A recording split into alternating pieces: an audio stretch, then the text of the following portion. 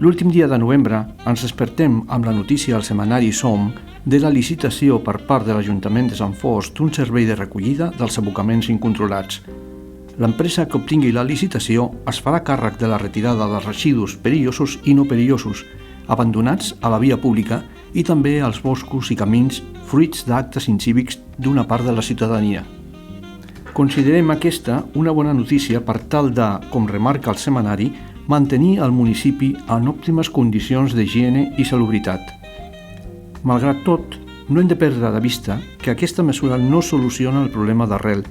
Pensem que en aquests moments és oportuna i necessària, però també pensem imprescindible fer molta pedagogia per poder erradicar l'incivisme per sempre més. I en aquest sentit parlarem del reciclatge. Malgrat no ser la seva regidoria, a l'anterior programa de racons vam parlar dels abocadors il·legals amb l'Ivan López, regidor de Patrimoni de l'Ajuntament de Sant Fost. La conversa ens va donar peu per cercar informació i parlar avui del reciclatge. Com reciclem, què en sabem de les deixalleries, les utilitzem, ho fem correctament? Quina és la percepció que tenim al respecte?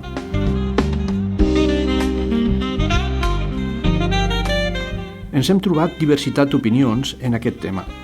Desconfiança per part d'un sector de la població, absoluta fe per part d'un altre i també indiferència i, al nostre entendre, com a conclusió, una gran manca d'informació i del que anomenarem cultura del reciclatge.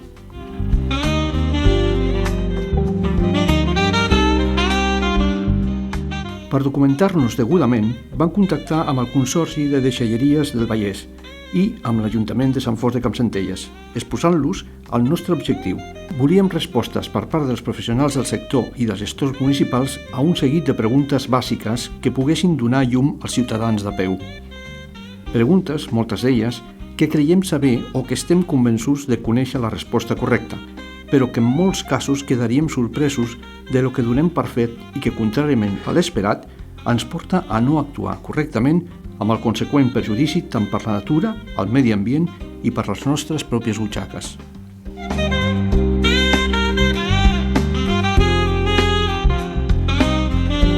Donat que el nostre propòsit, en definitiva, era i és donar pautes, consells i idees per incrementar l'hàbit del reciclatge dins la població, com qualsevol associació ecologista que s'apreciï, estàvem esperançats en tenir un feedback interessant i productiu per poder-lo traslladar als nostres oients. Però ens hem topat amb la coincidència de que el tema es troba en exposició pública per part de l'Ajuntament, pendent d'una revisió, i no podrem disposar de les respostes als nostres dubtes tant de l'Ajuntament com del Consorci fins d'aquí uns dies que tindrem una entrevista amb la regidora de Medi Ambient i amb els representants del Consorci de Deixalleries del Vallès. Així doncs, inevitablement, per aquesta més que interessant informació, haurem d'esperar al proper programa de racons. Val a dir que a la Xopera donem per suposat que tant els ajuntaments com les empreses implicades en la gestió dels residus en alguna mesura tenen l'objectiu comú amb nosaltres de protegir i vetllar pel planeta que a tots ens acull i que per aquest motiu hem de treballar molt eficientment en aquesta direcció, així com donar tota la informació necessària per incentivar i promoure el reciclatge d'una manera clara, assequible i constant.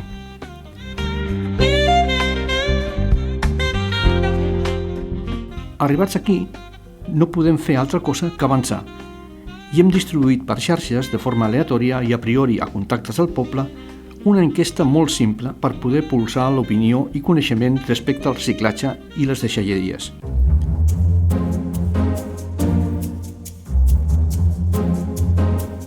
Aquesta enquesta ha estat circulant i hem tingut una més que acceptable resposta que ara us detallarem. Què ens expliques, Randy, d'aquesta enquesta? Hola, Miquel. Mira, tenim una mostra de 328 participants. L'enquesta té 16 preguntes o afirmacions, distribuïdes en 8 blocs. Alguns de coneixement, altres d'opinió, altres de confirmació dels hàbits, com el primer, que conté les 2 primeres caselles. I quines són aquestes 2 primeres caselles? El 100% dels enquestats respon a aquest bloc, l'únic que ningú deixa en blanc. El 89,5% a casa nostra reciclem. El 10,5% a casa nostra no reciclem. Què ens diu el segon bloc? El segon bloc també es refereix als hàbits, però de manera més concreta i només el 94% responen. El 54% utilitzen la deixalleria sovint. El 31,5% utilitza la deixalleria esporàdicament. El 8,5% no utilitza la deixalleria. Llavors, comptem que hi ha un 6% restant que no respon. Diguem que no tenim clar si existeix alguna opció no contemplada en l'enquesta, però també ens podríem atrevir a dir que estarien en el grup de no utilitzo. Segurament. En el tercer bloc volien conscientment una reafirmació amb dues caselles, a la que curiosament només el 85% dels enquestats responen. Això sí, tots ells afirmativament. Resultats? El 85% opina que reciclar és important. Ningú dels enquestats creu que reciclar no és important.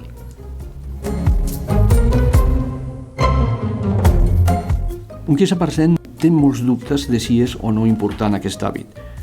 Passem al següent bloc. Al quart bloc hem intentat donar l'oportunitat també a les veus més crítiques que sentim al carrer. Una simple afirmació. El 28% opina que el reciclatge és un negoci. El 28% dels enquestats creu que reciclar és un negoci, per tant, un benefici privat.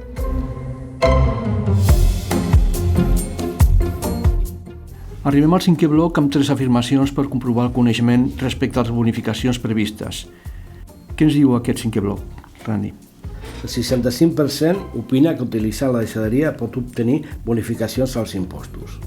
El 5,5% opina que no hi ha bonificacions per utilitzar la deixalleria. També un 5,5% opina que només hi ha bonificacions si portes determinades deixalles. Quin percentatge respon en aquest bloc? El 76%. Llavors, entenem que el 24% restant no disposa de la informació necessària per respondre. Podria ser. Què més, Randy? Si el sisè bloc, novament amb una sola afirmació. Què és? A la deixalleria puc portar qualsevol tipus de brossa. El 37% dels enquestats està convençut de que la deixalleria admet tot tipus de brossa. Anem al setè bloc. En el setè bloc ens endreçarem en l'apartat dels autònoms i comerciants. Tenint en compte que és un sector molt més petit que el dels particulars, entenem normal que el percentatge de la resposta sigui menor. No obstant, el 46% dels enquestats creu tenir la resposta correcta. Veiem. El 26% diu que els comerciants i autònoms han de pagar per portar les deixalles. El 20% diu que comerciants i autònoms han de pagar per portar algun tipus de deixalles.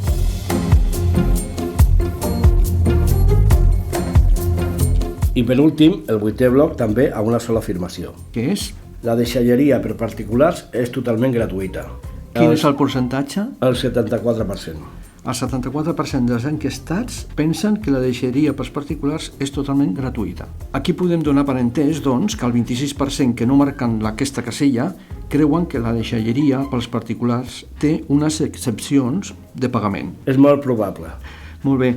Moltes gràcies, Randy, per els resultats de les enquestes. No us revelarem ara les respostes correctes. Ho farem en l'entrevista a la regidora de Medi Ambient, on podrem comparar el que marca la normativa i el resultat de l'enquesta.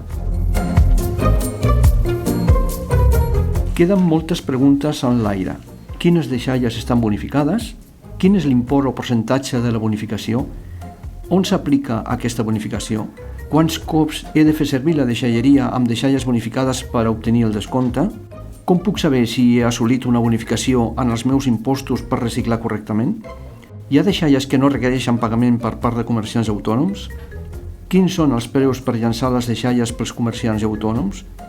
Hi ha algun tipus de deixalla que no es pugui portar a la deixalleria en cap cas? D'aquestes i d'altres qüestions tindrem la resposta en el proper programa.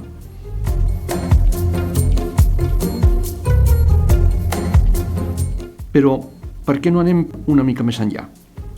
Què podem fer per incrementar la consciència i el reciclatge efectiu en cadascú de nosaltres? A la Xopera creiem que malgrat la canalla ha d'arribar educada de casa, també a les escoles és molt important des de petits instruir-los en el reciclatge i la conservació del planeta que habitem. I estem convençuts que els menuts tenen un gran poder per influir després sobre els pares i agafar la costum del reciclar a les nostres llars. Per això, és necessària una bona planificació i participació de tots els estaments, l'escola, l'Ajuntament, les entitats i la família. Ensenyar a reciclar hauria de ser tan inqüestionable com ensenyar a utilitzar la llibrelleta a la mainada, a menjar amb forquilla i ganivet o a rentar-se cada dia les dents. I això, estimats, està a les nostres mans.